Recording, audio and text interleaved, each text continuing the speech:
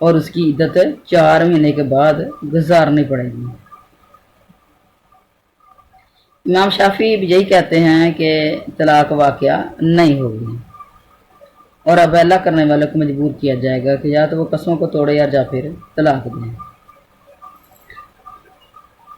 اچھا، اللہ نہ کرے کسی کے گھر میں اس طرح کے مسائل بن جائیں، لیکن مسائل کا پتہ ہونا چاہیے، کم از کم اپنے اسلام کا پتہ ہونا چاہیے۔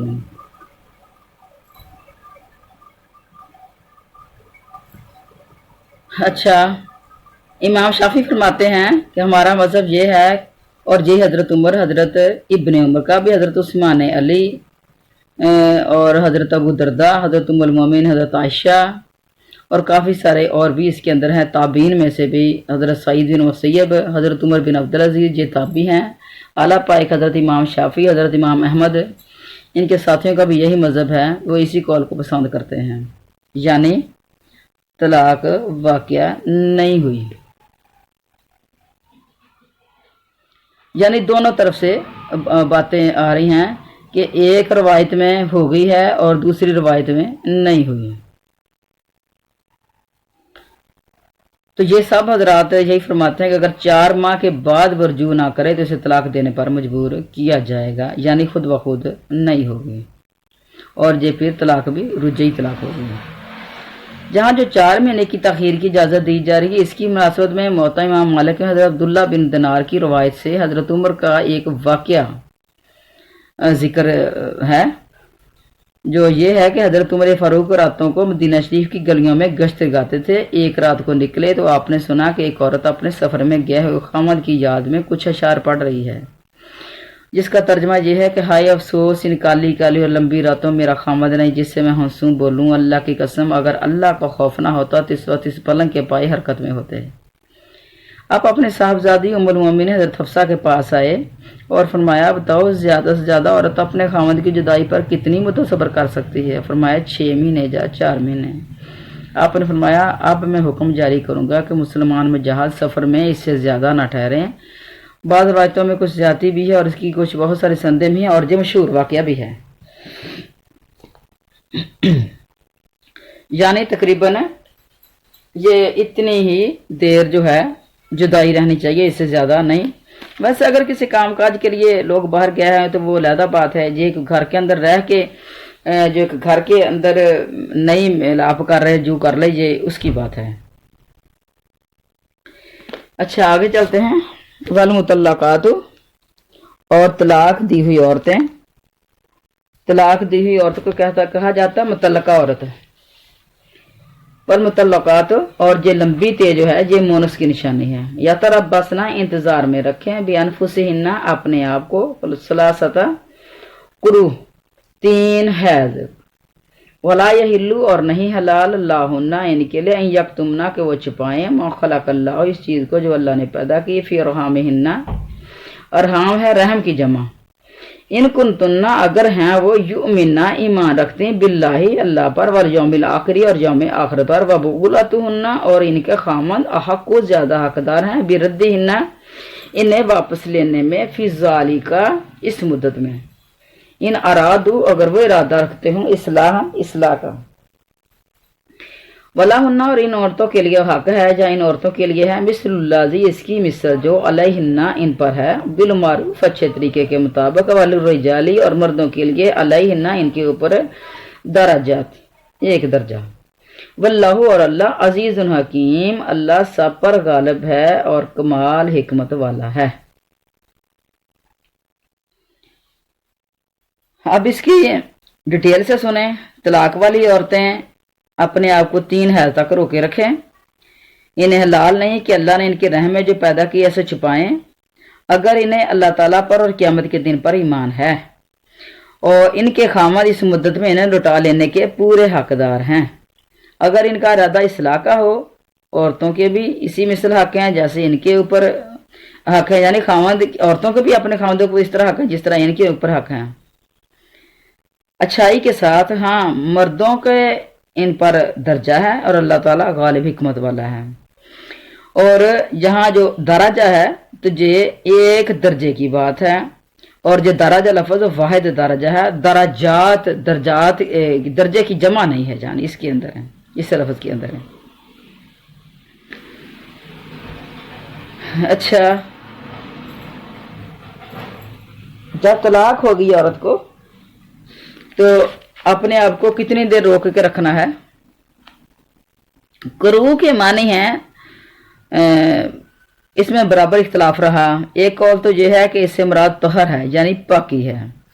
حضرت عائشہ کا بھی یہی فرمان ہے، چنانچہ انہوں نے اپنی بھتیجی حضرت عبد الرحمن کی بیٹی حفصہ کو جبکہ وہ 3 طہر گزار چکیں اور تیسرا حیض شروع ہوا تو حکم دیا کہ وہ مکان بدل لیں۔ حضرت عروہ نے بھی جب یہ روایت بیان کی تو حضرت عمرہ نے جو حضرت صدیقہ کی دوسری بھتیجی ہیں اس واقعے کی تصدیق کی اور فرمایا کہ لوگوں نے حضرت صدیقہ پر اعتراض بھی کیا تو آپ نے فرمایا کہ قرا سے مراد طہر ہیں، یعنی یہ 3 حیض کے درمیانی جو وقت ہوتا ہے اس کو طہر کہا جاتا ہے، پاکی کے وہ 3 زمانے۔ اچھا، موطا امام مالک میں بھی یہ میں آپ کو اس لیے حوالے دے رہی ہوں کہ آپ کا ایک ذہن جو ہے وہ یکسو ہو جائے۔ اچھا، موطا امام مالک میں ابو عبد الرحمن کا تو یہ قول بھی مروی ہے کہ میں نے سمجھدار علماء فقہا کو قروء کی تفسیر طہر سے ہی کرتے سنا ہے۔ عبداللہ بن عمر بھی یہی فرماتے ہیں کہ جب تیسرا حیض شروع ہوا تو یہ اپنے خامد سے بری ہو گئی اور خامد اس سے الگ ہوا۔ حضرت امام مالک فرماتے ہیں کہ ہمارے نزدیک بھی یہی تحقیق ہے۔ ابن عباس، زید بن ثابت اور کافی سارے صحابہ کرام وہ بھی یہی فرماتے ہیں۔ امام احمد سے بھی اسی طرح کی روایت مروی ہے۔ اس کی دلیل ان بزرگوں نے قرآن کی اس آیت سے بھی نکالی ہے، فَطَلَّقُوهُنَّ لِعِدَّتِهِنَّ، یعنی انہیں عدت میں یعنی طہر میں پاکیزگی کی حالت میں طلاق دو، کیونکہ جس طہر میں طلاق دی جاتی ہے وہ بھی گنتی میں آتا ہے۔ اب کئی خواتین ہیں تو ان کو اس مسئلے کی سمجھ نہیں آتی، وہ بار بار پوچھتی ہیں، کہتی ہیں کہ جب طلاق ہی دینی ہے تو جب حیض کے دن ہو تو اس وقت طلاق پھر کیوں نہ ہوئی؟ یعنی ہمارے نبی نے فرمایا کہ طہر میں طلاق دو، تو اس وقت طلاق کیوں نہیں ہوئی؟ وہ دن نکال کے کیوں طلاق دینی؟ وہ دن نکل جائیں تو طہر میں طلاق دینی ہے، پاکیزگی میں طلاق دینی ہے، لیکن رجوع سے پہلے دینی ہے۔ جب حیض کے دن گزر جائیں تو رجوع سے پہلے طلاق دینی ہے، پاکیزگی میں یہ کیوں طلاق دینی ہے؟ حالانکہ جب دینی طلاق ہے تو پھر ادھر بھی ہو جائے، ناپاکی کے دنوں بھی ہو جائے تو ان کے اندر بھی رجوع تو ان دنوں کے اندر بھی نہیں کر سکتا بندہ۔ اب اللہ کے کام میں حکمتیں ہوتی ہیں، اللہ کی باتوں میں حکمتیں ہیں۔ اب دیکھیں کہ وہ ایک تو 3 حیض کی بات ہو رہی ہے تو وہ حیض اس کے اندر شامل نہیں ہوگا، طلاق کے اندر وہ حیض شامل نہیں ہوگا جس حیض کے بعد طلاق دی ہے، اس کے بعد کے 3 حیض گنے جائیں گے۔ اچھا، دوسری چیز، اگر اس حیض کو اس میں شامل کر دیا جائے تو 3 حیض پہ پھر 2 مہینے بنے گی عورت کی عدت۔ اچھا، پھر وہ حیض گزر گیا ہے تو اس کے بعد جب طلاق دیا تو طہر 3 بن گیا تو پھر حیض بھی 3 ہی بن جائیں گے۔ یعنی عورت کے لیے یہ بہترین چیز ہے، طہر کے اندر طلاق دی گئی اور اس کے طہر بھی 3 بن گئے اور قروء بھی 3 بن گئے۔ مجھے امید ہے کہ اب آپ کو سمجھ آ گئی ہوگی کہ طہر میں طلاق دینے کا کیا فائدہ ہے۔ اچھا،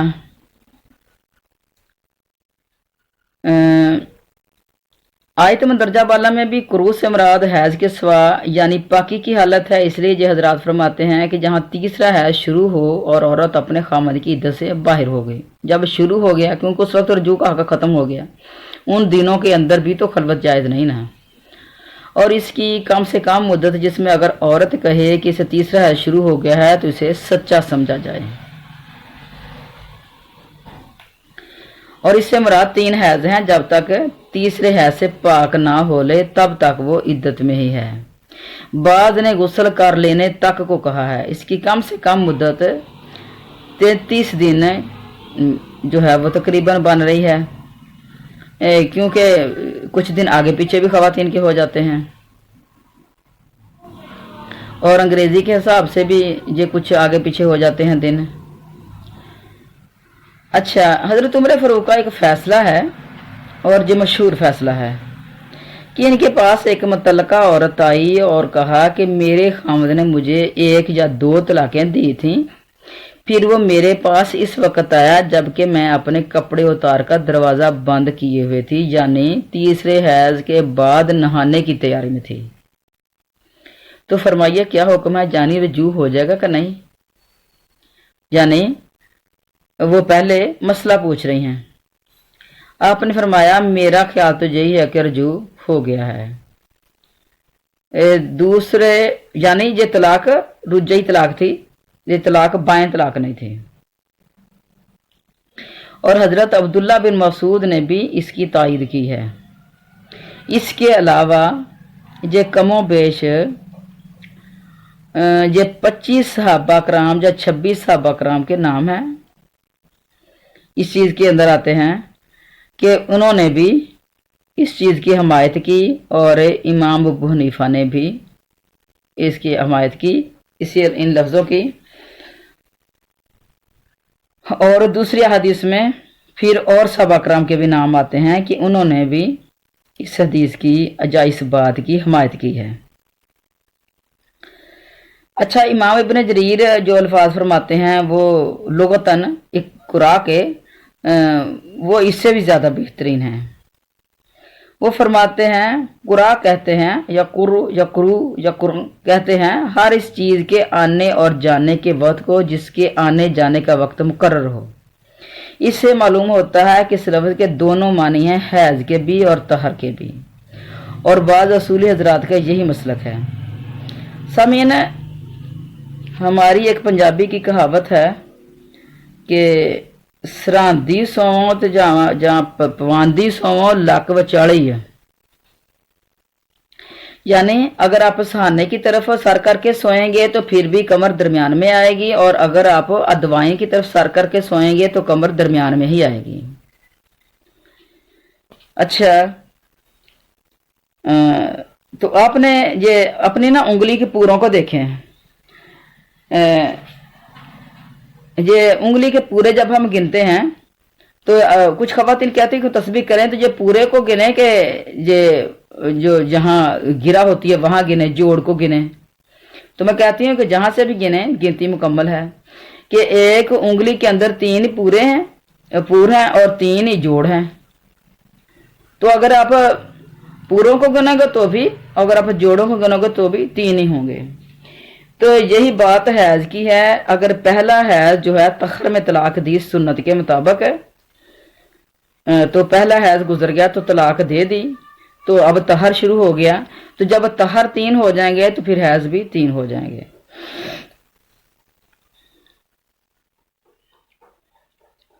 اچھا، ایک حدیث ہے کہ نبی کریم صلی اللہ علیہ وسلم نے حضرت فاطمہ بنت ابی جیش سے فرمایا تھا کہ نماز کو اپنے اقراء کے دنوں میں چھوڑ دو، تو پھر وہ حیض کو کہا، تو اس پھر لفظ سے معلوم ہوتا ہے کہ قروء سے مراد حیض ہے۔ تو یہ جو الفاظ آپ کو بتائے گئے ہیں، سمجھائے گئے ہیں، تو مجھے امید ہے کہ آپ کافی حد تک آپ کا جو ذہن ہے جو وہ مطمئن ہو چکا ہوگا۔ اچھا، اگلی بات کی طرف آتے ہیں۔ پھر فرمایا کہ ان کے رحم میں جو ہو اس کا چھپانا حلال نہیں ہے، حمل ہو تو وہ بھی نہیں چھپانا، اور حیض آئے تو اس کو بھی نہیں چھپانا۔ پھر فرمایا اگر انہیں اللہ پر اور قیامت کے دن پر ایمان ہو، اس میں دھمکایا جا رہا ہے کہ حق کے خلاف نہ کہیں۔ پھر اگر تمہارا اللہ کے اوپر اور ایمان اسلام کے اوپر قیامت پر ایمان ہے تو اب اس بات کو جھوٹ میں نہیں بولنا، یعنی جو ہو گیا جو ہو گیا۔ اچھا، بعض اوقات نا خواتین بہت زیادہ رونا پیٹنا ماتم کرنا شروع کر دیتی ہیں اگر طلاق ہو گئی ہے، اور کیا کرتی ہیں وہ کہ اتنا ہی وہ لگا کے اپنے آپ کو بیٹھ جاتی ہیں، کہتی ہیں کہ آج کے اب ہم نے نکاح کرنا ہی نہیں، چاہے وہ 6 مہینے ہوئے گے شادی کو، چاہے کوئی 2 مہینے ہو گئے شادی کو، چاہے کوئی بچہ تھا،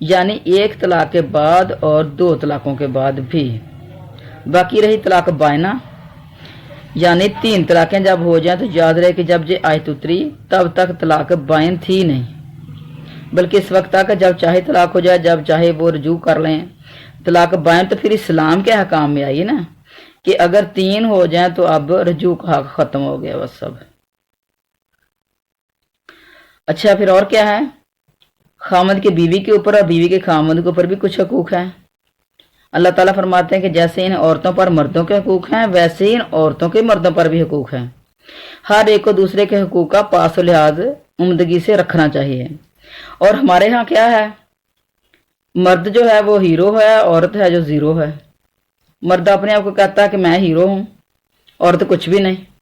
اس کی نہ کوئی بات مانی جائے گی، نہ کسی بات کے اندر اس کو انصاف ملے گا، نہ گھر کے اندر انصاف ملے گا اس کو، نہ ماں باپ اس کو انصاف دیتے ہیں، نہ معاشرے کے لوگ اس کو انصاف دیتے ہیں، نہ برادری کے لوگ۔ اس کے ساتھ ظلم ہے، زیادتی ہے، ہو رہی ہے، خامد کر رہا ہے۔ تو جب معاشرے یہ رشتہ داروں کو بھی اکٹھا کیا تو کسی نے انصاف کی بات نہیں کی، تو یہ سارے کے سارے پکڑ میں آ گئے۔ ایک کے اوپر مصیبت آ گئی، دوسروں کے اوپر آزمائش آ گئی کہ اب وہ اللہ کے حکموں کو نبھاتے ہیں کہ نہیں۔ تو اب دیکھیں کہ جہاں درجہ کا لفظ استعمال ہوا، درجات کا نہیں ہوا۔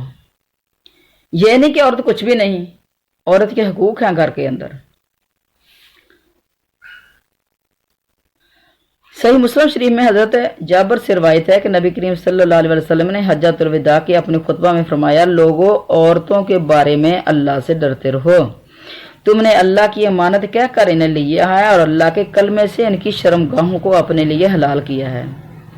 عورتوں پر تمہارا حق یہ ہے کہ تمہارے فرش پر کسی ایسے کو نہ آنے دیں جس سے تم ناراض ہو، اگر وہ ایسا کریں تو انہیں مارو، لیکن ایسا نہ مارو کہ ظاہر ہو جائے، یعنی جسم کے اوپر نیل نہ پڑ جائے، نشان نہ پڑ جائے۔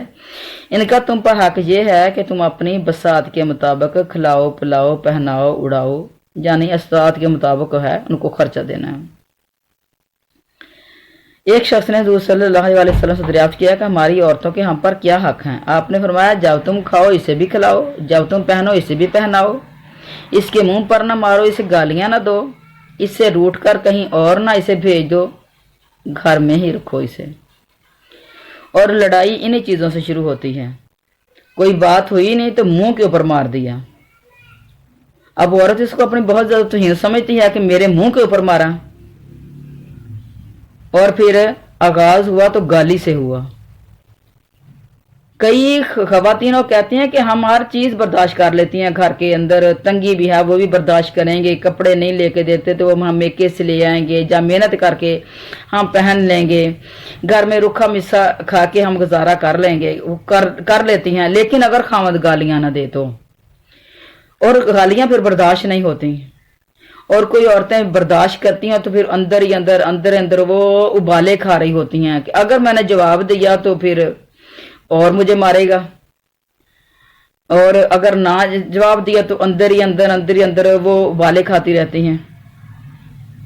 تو یہ مت سمجھیں کہ ان کے ابالوں کا کوئی مول نہیں پڑے گا۔ اللہ تعالیٰ کے ہاں ہر چیز کی پوچھ گچھ ہو گئی۔ گالیاں تو ویسے بھی دینا ایک جرم عظیم ہے۔ ایک جگہ میں نے شاید حضرت علی کا قول تھا، وہاں پڑھا کہ جس بندے نے ایک گالی دی اس کی قبر میں ایک بچھو پیدا ہو گیا۔ تو یہ گالیاں دینے والے ذرا اگر اس بات کو بھی سوچ لیں کہ وہ کتنے ہی بچھو پیدا کر رہے ہیں اپنی قبر کے اندر۔ تو اس طرح کی جب بات پڑھتے ہیں، سنتے ہیں، تو ہمیں اس چیز کے اوپر عمل کرنا چاہیے کہ لڑائی جھگڑے میں بھی کبھی گالی منہ سے نکلے ہی نہ۔ بچھو تو ایک بھی بڑا ہوگا۔ یہ دیکھا، یہ آپ کو بھی کہیں آپ کو یہ جامعات کے اندر کہیں نیچے لیٹنے کا اتفاق ہوا ہو تو دیکھیں جو دو چار جو ہوتی ہیں نا یہ چیونٹیاں، تو یہ 2-4 ہی کہیں سے وہ کاٹ لے نا ہمیں تو وہاں لیٹنا مشکل ہو جاتا ہے۔ اب ہم جو ہے وہ جگہ چینج کر دیں گے کہ جہاں چیونٹیاں ہیں اور یہ ہمیں سونے نہیں دیتی۔ تو بچھو تو پھر استغفر اللہ، بچھو جہنم کا بچھو،